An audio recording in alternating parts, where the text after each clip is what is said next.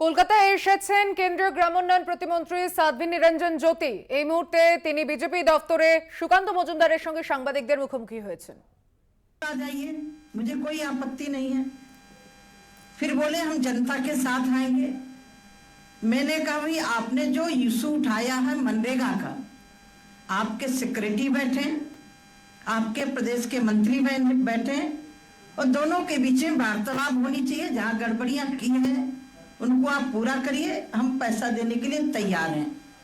फिर 15 मिनट के बाद 7 बजे के लगभग मेरे पास सूचना आती है कि नहीं पहले जनता मिलेगी, क्योंकि इनके कार्यकर्ता गए हुए थे। मैंने कहा नहीं, जिस विषय को लेकर के मेरे पास आप बैठे हैं पहले उस विषय पर आपके डेलीगेट जो आपका आया है उसके साथ में बैठ के बात करूंगी। फिर बाद में आधे घंटे 7:30 के बाद मेरे पास सूचना आती है कि हम सारे सांसद मिलेंगे। मैंने कहा पूरे सांसद आ जाइए, मुझे कोई दिक्कत नहीं है। मैंने तत्काल अपने ऑफिस में व्यवस्था करवाई कि सारे सांसद आ रहे हैं। फिर उसके बाद महुआ मित्रा जी मेरी पीएस के रूम में जाती हैं और कहती हैं मैं अकेले मिलूंगी। मैंने कहा अकेले तो आप कभी भी मिल सकती हैं, मिलने की मनाही नहीं है, लेकिन आज जो जिस विषय को लेकर के आप प्रतिनिधि मंडल लेकर के आए हैं, पूरा प्रतिनिधि मंडल आपका बैठे और बातचीत हो। फिर उसके बाद डोलो गई, उसके बाद राज्यसभा सांसद बहन गए कि हम अलग से मिलेंगे। मैंने कहा आज मैं किसी से अलग से नहीं मिलूंगी, आज सामने टेबल में बैठ के वार्तालाप होनी है मनरेगा को लेकर के। फिर मेरे पास 8 बजे सूचना आती है कि हम पूरे सांसद आ रहे हैं। ये 6:30 बजे, मैं 6 बजे पहुंच गई थी, 6:30 बजे से 8 बजे मेरे पास सूचना फिर आती है कि हम पूरे सांसद मिलेंगे। मैंने कहा आइए, कोई मनाही नहीं है। अब मैं वेट करती रही। 8:20 में फिर मेरे पास सूचना आती है कि हम पहले जनता से आप मिलिए। मैंने कहा जनता तो मेरी है, मुझे जनता से कोई मिलने की दिक्कत नहीं है। पश्चिम बंगाल मेरे से अलग नहीं है, लेकिन जिस विषय को लेकर के आप आए हैं पहले उस विषय पर चर्चा होनी चाहिए। 8:25 पर इन्होंने कहा कि हम जनता से आप नहीं मिलेंगे तो हम नहीं मिलेंगे। मैंने कहा पहले आपसे मिलूंगी, जनता मेरी है, मैं मिलूंगी, कहीं भी मिलूंगी। जिस तरह से महुआ मित्रा जी ने माननीय मोदी जी को मेरे को झूठा बोला, इसीलिए मुझे अपने ऑफिस की वीडियो बनवानी पड़ी। मैं 2.5 घंटा ऑफिस में बैठी रही। यदि मुझे मिलना नहीं होता तो मैं अपना काम छोड़ के दिल्ली क्यों पहुंचती, मैं ऑफिस में इंतजार क्यों करती। यदि मेरे अंदर कोई कमी थी तो मुझे इंतजार नहीं करना चाहिए था। मेरे को बोला गया कि पीछे गेट से चली गए। मैं 4 नंबर गेट से हमेशा जाती हूँ, 4 नंबर गेट के पास मेरा ऑफिस है, 4 नंबर में ही आती हूँ जाती हूँ। मुझे लग रहा है कि टीएमसी की नींव झूठ बोलने से ही खड़ी है। क्यों? जब ये टीएमसी की नेता ममता बनर्जी ने कम्युनिस्टों के खिलाफ आवाज उठाई थी, उस समय इन्होंने कहा था कि मेरी सरकार आएगी तो कम्युनिस्टों के गुंडे जेल में होंगे। लेकिन हमारे उत्तर प्रदेश में नारा लगाया गया था कि मायावती ने नारा दिया था कि जब हमारी सरकार आएगी तो हमारी गोली गुंडों की छातियों में होगी, लेकिन उल्टा हो गया था। चढ़ गुंडों की छाती पर गोली मारो, छाती पर यह नारा दिया था।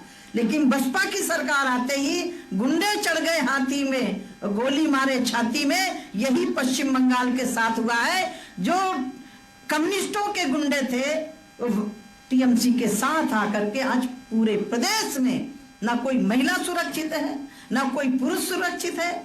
मैं आज तथ्यों के साथ में वहां भी बात करना चाहती थी और आज भी आपके बीच में शेयर जरूर करना चाहूंगी। यदि हमारा पक्षपात करने का इरादा होता, हमारी पश्चिम बंगाल की हमारी जनता, यदि पक्षपात करने का तरीका होता तो तो आप 9 साल बनाम 9 साल का रिकॉर्ड भी आप रिकॉर्ड करिएगा। मैं आपसे अनुरोध करती हूं, जिस सरकार मनरेगा का विषय लेकर के जिस सरकार में ये साजी थी, मनमोहन सिंह जी की सरकार में, और ये एक्ट 2005 में आया था, 4 में इनकी सरकार बनी, 5 से लेकर के 14 तक कितने साल होते हैं? 9 साल होते हैं। 9 सालों में यूपीए की गवर्नमेंट में 4,400 करोड़ के लिए दिया जाता है। मनरेगा में कितना दिया जा रहा है? 14,000 नहीं, आप कितना है? 14,400 करोड़ रुपया दिया जा रहा है। कितना दिया जा रहा है मनरेगा में सिर्फ अकेले? अब आप देखिए 9 सालों में हमारी सरकार के समय 54,000 करोड़ रुपया दिया जा रहा है। हम पक्षपात कहां कर रहे हैं भाई? यदि पक्षपात करना होता तो ये आंकड़े बताते हैं। आप इसको देखिए, कहां 14,000 करोड़ रुपए, 14,000 और कहां 54,000, चौगुने का फर्क है। प्रधानमंत्री आवास जिसमें इन्होंने अपात्रों को दिया, शिकायत पर कार्रवाई हुई, पात्र वंचित है, उसमें भी आप देखिए यूपीए की सरकार में जो इंदिरा आवास चलते थे उसमें 4,400 करोड़ रुपए दिए गए 9 सालों में। कितना दिया गया? आप थोड़ा बोलते जाइए ना, आपको रिकॉर्ड याद रहेगा। 4,414। मोदी जी की सरकार ने कितना दिया? 30,000 करोड़ रुपए दिए प्रधानमंत्री आवास में। तिगुना चौगुना का अंतर हो गया ना, 6 गुना अंतर हो गया। अब आप देखिए, यदि हमें प्रदेश सरकार के साथ सौतेला व्यवहार करना होता तो हम अन्य मद का पैसा रोक सकते थे। मनरेगा में गड़बड़ियां हुई 2020, 2019, 19, 20, 21 लगातार 3 साल पत्र लिखे गए। हुबली कई जिलों में एक गांव पंचायत में भ्रष्टाचार हुआ, उसको हमारी सरकार ने, हमारे सेक्रेटरी ने, हमारे मंत्री ने पत्र लिखा कि जिन्होंने गड़बड़ी किया उनके ऊपर कार्रवाई करिए। कोई कार्रवाई नहीं हुई। मैं आपको इसलिए पूरा डेटा लेकर के आई हूं। टीएमसी के लोगों ने कहा कि साध्वी जी भग गई, हमसे मिली नहीं। मैं आज पश्चिम बंगाल में आई हूं, जहां भी उनको बैठना हो मेरे साथ बैठ करके वार्तालाप करें। यदि वो चाहें ग्रामीण विभाग के मंत्रालय में बैठना हो तो मैं वहां भी बैठने के लिए तैयार हूं मैं, क्योंकि पूरा प्रारूप लेकर के आए। लेकिन उनको बात नहीं करनी, उनको पश्चिम बंगाल की जनता को बेवकूफ बनाना है, नौटंकी करना है। दूसरा विषय में मुझे उम्मीद थी कि ममता बनर्जी जी महिला है, इस पश्चिम बंगाल में महिलाओं के लिए सशक्तिकरण का काम कर रही होंगी। लेकिन जब मैंने अपने मंत्रालय से पूरा विषय मंगवाया तो आप कल्पना करिए, वर्ष 2014 के पहले इस प्रदेश में आवास कितने बने थे, और आज मोदी जी की सरकार में 2014 के बाद लगभग 45 लाख मकान हमने दिए हैं। यदि हमें पश्चिम बंगाल की जनता के साथ हमदर्दी नहीं होती और इनके यूपीए की गवर्नमेंट के सरकार के समय जो इंदिरा आवास थे, ये 45 लाख तो हमने मकान दिए। इंदिरा आवास 10,21,000 वो अपूर्ण घर हमने पूर्ण किए। यदि हमें पैसा नहीं देना होता तो हम ये नहीं कर सकते थे। हम पश्चिम बंगाल की जनता के साथ छलावा नहीं करने देंगे। आज यदि हमें इस पश्चिम बंगाल की जनता के साथ हमदर्दी नहीं होती, एक दूसरा विभाग मेरे पास है जिसमें प्रधानमंत्री अन्न योजना लागू की गई। कोविड के समय से लेकर के अभी तक लगभग इस राज्य में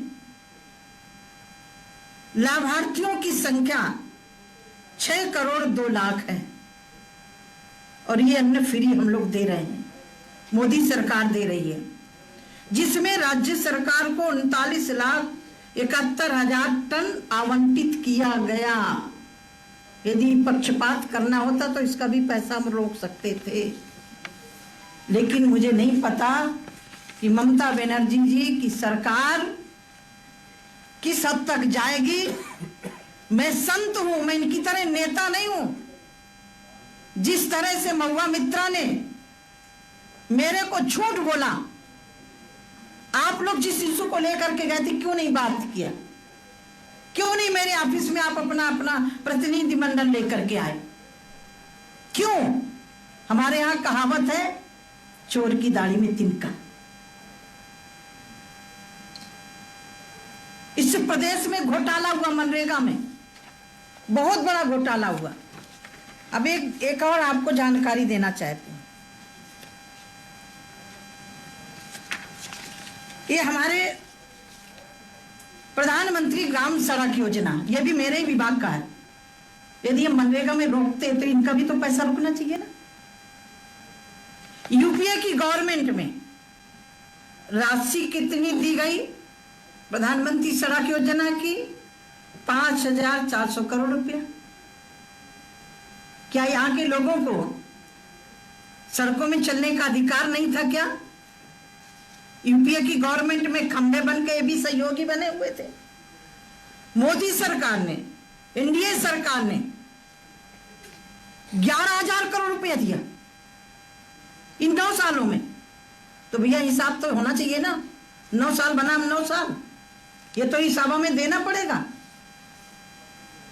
महिला है, हमारे देश की महिला यदि सशक्त नहीं होगी तो हम आत्मनिर्भर नहीं हो सकते। जिस सरकार में शामिल थे, मनमोहन सिंह की सरकार में, उस समय स्वयं सहायता समूह की बहनों को बैंक से ऋण कितना दिया गया था? 600 करोड़ रुपए। कितना दिया गया था? क्या पश्चिम बंगाल की महिला आत्मनिर्भर नहीं होनी चाहिए? उसको अपने पैरों नहीं खड़ा होना चाहिए? इनके समय 600 करोड़ रुपया। अब एक आंकड़ा मोदी जी का भी मैं देना चाहती हूं। मोदी जी के कार्यकाल में भारतीय जनता पार्टी की सरकार के समय सिर्फ पश्चिम बंगाल में 74,000 करोड़ उन महिलाओं को बैंक से लोन दिया गया। कितना आंकड़ा बढ़ता है? 6,000 करोड़ और 74,000, 600 करोड़ था उनका 600 करोड़ अकेले, और हमारा कितना है? 74, मतलब 74 टाइम्स।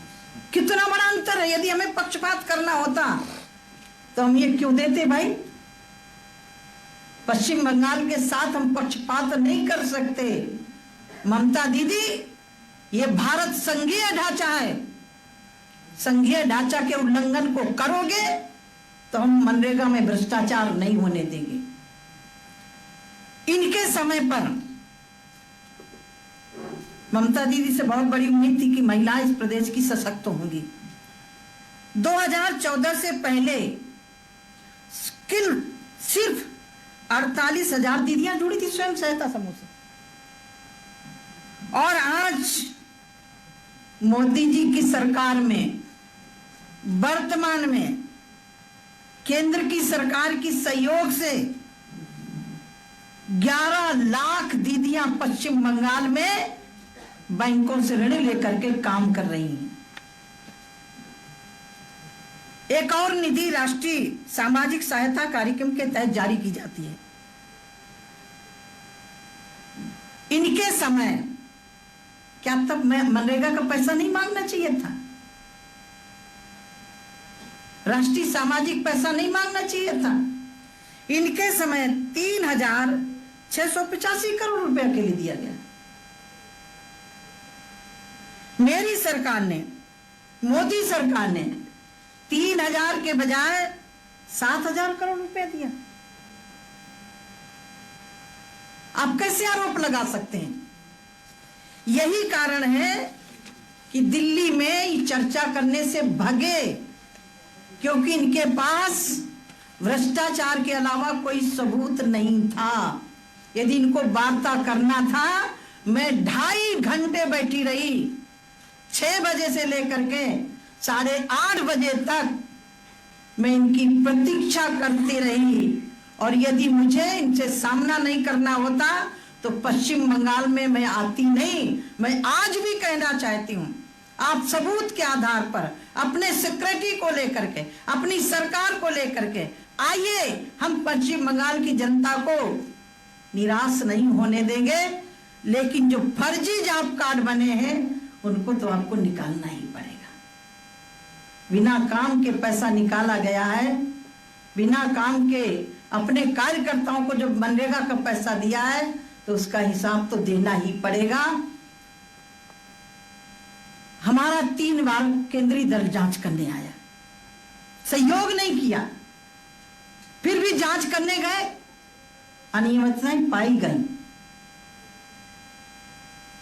हमने आग्रह किया, जिन्होंने गड़बड़ियां की हैं उनके खिलाफ कार्रवाई करिए, अपना पैसा ले जाइए। हद होती है भाई। 19 में पत्र लिखा, 20 में पत्र लिखा, 21 में पत्र लिखा, आपने कार्रवाई क्यों नहीं की? कार्रवाई इसीलिए नहीं की गई, कार्रवाई करते इनकी सरकार के नुमाइंदे फंसने वाले थे। इसीलिए टीएमसी की सरकार ने मनरेगा में भ्रष्टाचार करने वालों के खिलाफ कार्रवाई नहीं की।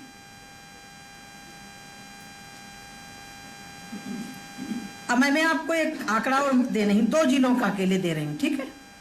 क्योंकि ये कहते हैं हमने भ्रष्टाचार नहीं किया, हमें मनरेगा का पैसा दिया जा। पूर्व बर्धमान जिले में 6 पंचायतें एवं हुली में 7 पंचायतों में गड़बड़ियां। इन 2 जिलों में अकेले 4 करोड़ 84 लाख रुपया की वसूली है। हमारे दल ने, हमारी जांच टीम ने अनुशंसा की थी, आग्रह किया था कि इसका हिसाब होना चाहिए, जांच होनी चाहिए, नहीं किया। और जांच के नाम से क्या हुआ मालूम है आपको? एक सरपंच के खिलाफ अकेले कार्रवाई हुई, एक ग्राम सेक्रेटरी के खिलाफ कार्रवाई हुई, और वो भी जब 2022 दिसंबर में रिपोर्ट दी गई। हमने कहा ये तो नहीं चलेगा भाई, जो आपका बड़ा लीडर है मनरेगा में भ्रष्टाचार कर रहा है उसके ऊपर कार्रवाई करिए। मैंने पहले ही कहा कि इनके ऊपर भ्रष्टाचार का आरोप नहीं है, टेबल में बैठ के बात करेंगे तो बात करने लायक नहीं है। दिल्ली में जाकर के इनको नौटंकी करनी थी, इससे अच्छा अभिनेता अच्छा होता है, वो कम से कम समय पर अपना अभिनय कर लेता है। इन्होंने मुझे 2.5 घंटा तक